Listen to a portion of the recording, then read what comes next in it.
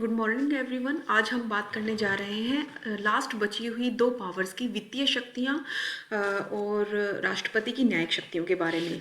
तो वित्तीय शक्तियाँ बहुत छोटा सा पॉइंट है, तो आप इसको भी थोड़ा सा समझ लें। वित्तीय शक्तियाँ यानी कि पैसे से संबंधित राष्ट्रपति की कौन कौन सी शक्तियाँ हैं, धन से संबंधित कौन कौन सी शक्तियाँ हैं। देखिए, राष्ट्रपति के पास बहुत ही महत्वपूर्ण वित्तीय अधिकार प्राप्त हैं। जब भी कोई भी वर्ष शुरू होता है, वित्तीय वर्ष जब शुरू होता है, आपको पता है कि 31 मार्च जो है वित्त के बाद वित्तीय वर्ष हमारा शुरू हो जाता है।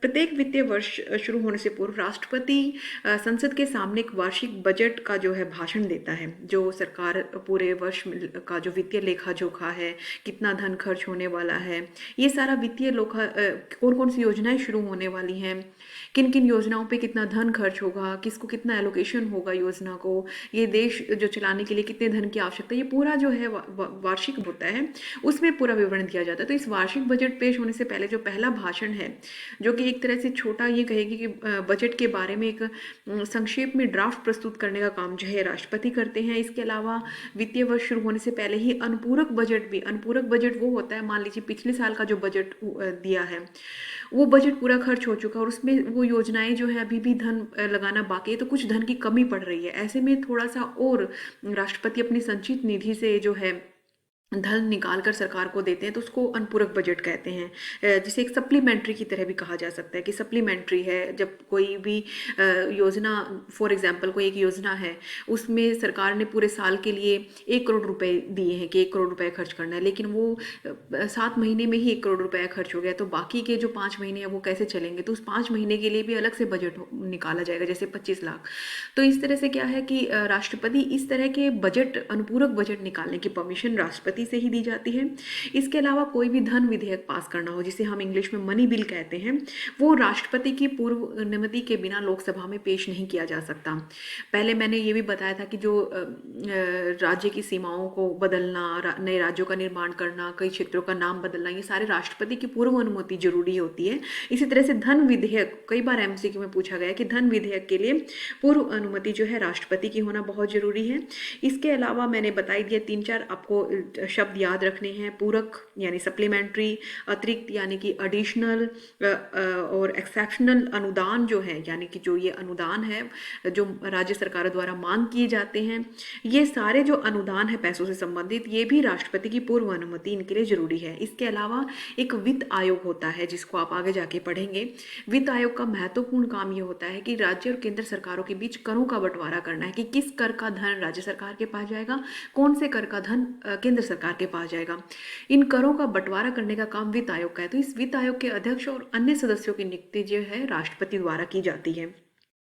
इसके अलावा जो कंटीजेंसी फंड है, यानी कि आकस्मिक निधि जिसको कहते हैं, उस पर पूरा नियंत्रण राष्ट्रपति का होता है। वह सरकार को जो है वह सरकार को इस निधि से संसद की अनुमति के बिना अचानक आ पड़ने वाले जो खर्च होते हैं वो दिए जाते हैं इस आकस्मिक निधि के अंतर्गत।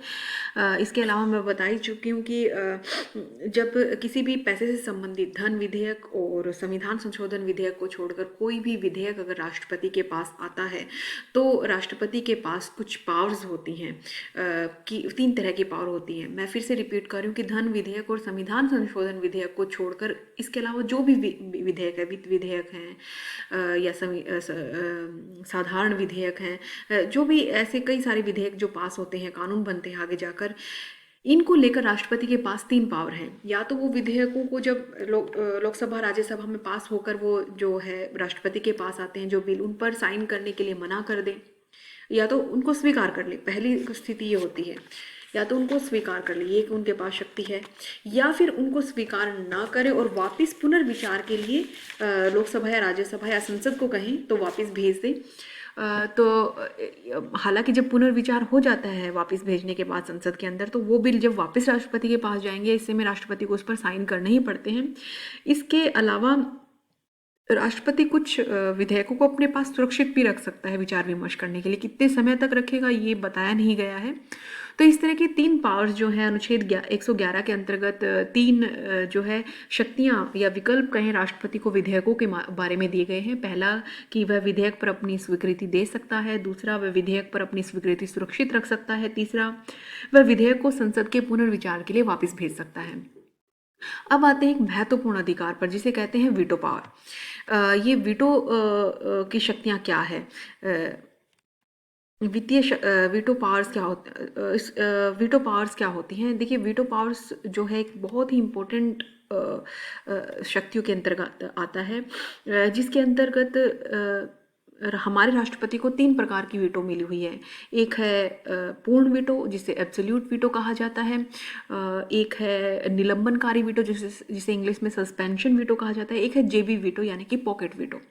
अब देखिए, अत्यंतिक या एब्सोल्यूट वीटो का अर्थ होता है कोई भी विधेयक जो होता है उसे पारित करने की अनुमति राष्ट्रपति दे ही ना। ये एब्सोल्यूट वीटो में ये एक पावर है राष्ट्रपति के बाद कि वो इस पे वीटो लगा देगा किसी विधेयक पर और ये कह देगा कि इसे मैं स्वीकृति ही नहीं देता हूँ। दूसरा है सस्पेंशन वीटो, कोई विधेयक जिसके ऊपर राष्ट्रपति विचार विमर्श करवाना चाहता है, कुछ समय के लिए अपने पास रखना चाहता है और पुनर्विचार के लिए संसद के पास भेजें, ऐसे विधेयकों को कहते हैं, विधेयकों पर जो वीटो लगाता है कुछ समय के लिए रोकने के लिए या कुछ समय के लिए वापस पुनर्विचार के लिए संसद के पास भेजने के लिए, उसे कहते हैं निलंबनकारी यानी कि सस्पेंशन वीटो।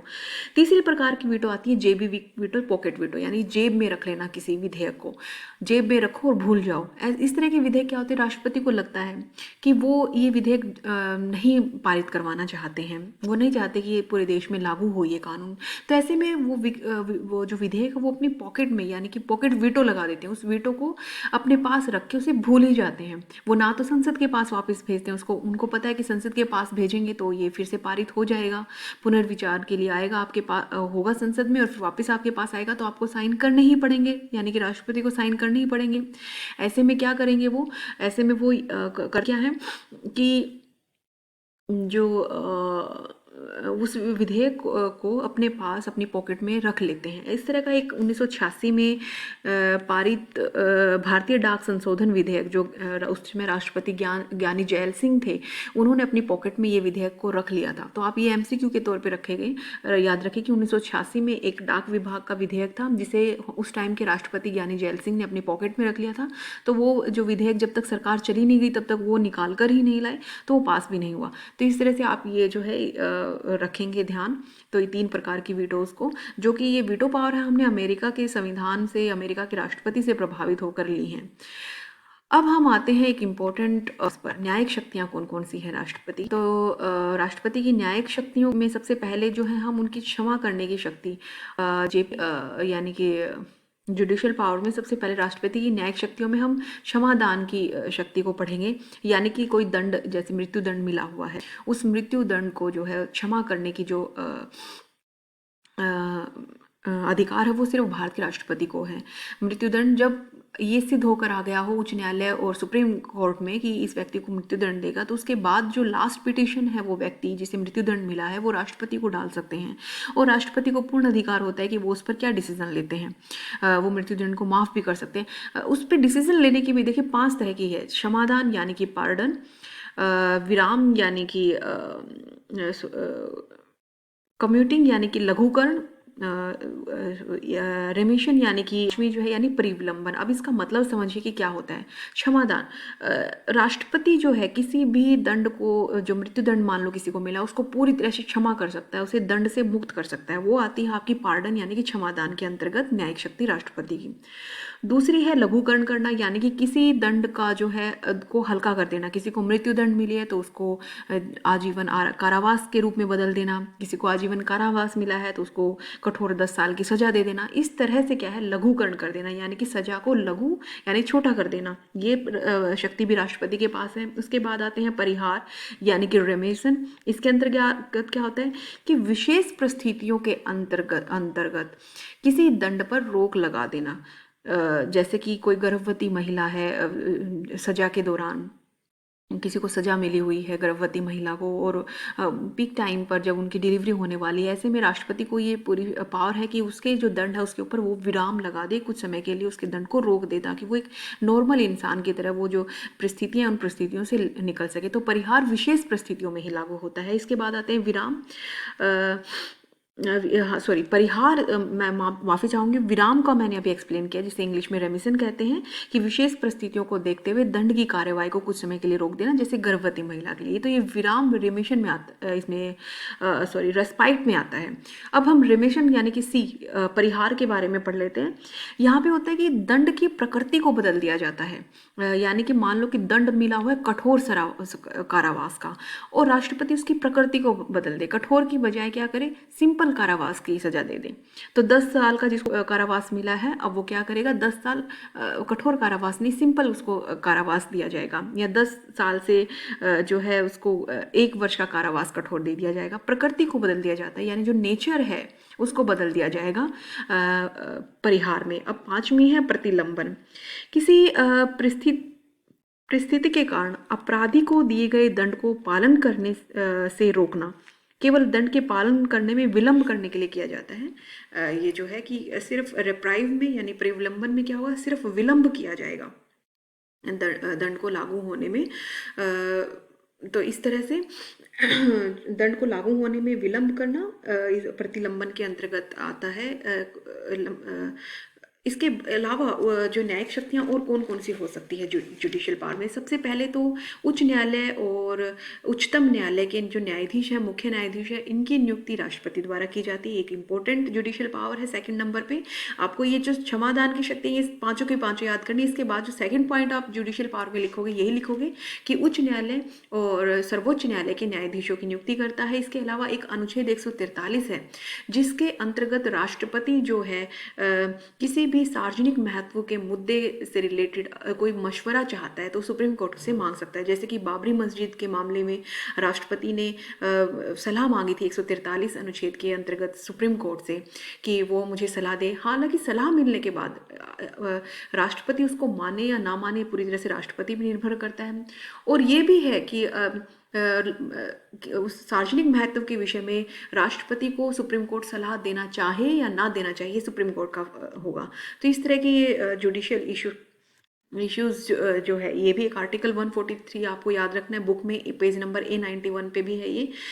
इसके अलावा जो उच्च न्यायालय और सर्वोच्च न्यायालय के न्यायाधीश होंगे या उसके अंतर्गत जो कर्मचारी काम कर रहे हैं, जब भी वित्तीय संकट आएगा उस समय इनके वेतन और पेंशन में कटौती कर सकता है। ये भी एक इम्पोर्टेंट पावर है। इसके अलावा संसद द्वारा बनाए गए किसी कानून के अंतर्गत किसी व्यक्ति को चुनाव में भ्रष्टाचारी साधन अपनाने के कारण दोषी पाया गया है, तथा संसद या राज्य विधानमंडल के किसी सदन का चुनाव लड़ने के लिए अथवा सदस्य रहने के लिए अयोग्य घोषित किए जाने का प्रश्न हो, तो ऐसा प्रश्न निर्णय के लिए राष्ट्रपति को सौंपा जाएगा, तथा इस संबंध में राष्ट्रपति का जो निर्णय है वो बिल्कुल अंतिम निर्णय होगा। तो इस तरह से न्यायिक शक्तियां हैं, आप जरूर देखिए। इसके बाद जो इंपॉर्टेंट आता है, बहुत ही इंपॉर्टेंट है, 16 नंबर का अलग से क्वेश्चन पूछ लिया जाता है। इसमें आपको समझना पड़ेगा कि राष्ट्रपति की आपातकालीन शक्तियां कौन कौन सी होती है। इसमें 3 राष्ट्रपति की आपातकालीन शक्तियां हैं। सबसे पहली राष्ट्रीय नेशनल इमरजेंसी, जिसका अनुच्छेद आपको बहुत अच्छे से याद रखना है, अनुच्छेद 352। फिर है राष्ट्रपति शासन, ये जो है राज्यों में लगाया जाता है, स्टेट इमरजेंसी है, या प्रेसिडेंट रूल कहा जाता है, अनुच्छेद 356 के अंतर्गत आता है। फिर है वित्तीय आपातकाल, अनुच्छेद 360, जब देश में धन का कमी आ जाए, धन का कोई संकट हो, तब ये लगता है वित्तीय आपातकाल। तो 3 तरह की राष्ट्रपति की आपातकालीन शक्तियां है, जो कि मैं ऑडियो लेक्चर में आपको क्लियर करूंगी कि राष्ट्रीय आपातकाल, राष्ट्रपति शासन, वित्तीय आपातकाल, ये क्या क्या होते हैं, कितने समय तक लगते हैं। एक और वीडियो इसके रिगार्डिंग में रिलीज कर देती हूँ, और ये कैसे हटाए जा सकते हैं, इनके क्या क्या जो है जो संकटकालीन शक्तियां हैं उसकी आलोचना की, ये क्यों, क्या संकटकालीन शक्तियां सही है या गलत है, वो सब मैं आपको में बनी। अभी के लिए इतना ही। आपका जो है राष्ट्रपति की कार्य शक्तियों का जो है एक बहुत ही इंपॉर्टेंट 70% का हिस्सा कंप्लीट हो चुका है। बाकी का 30% मैं आपको नेक्स्ट वीडियो में करवाऊंगी। Thank you.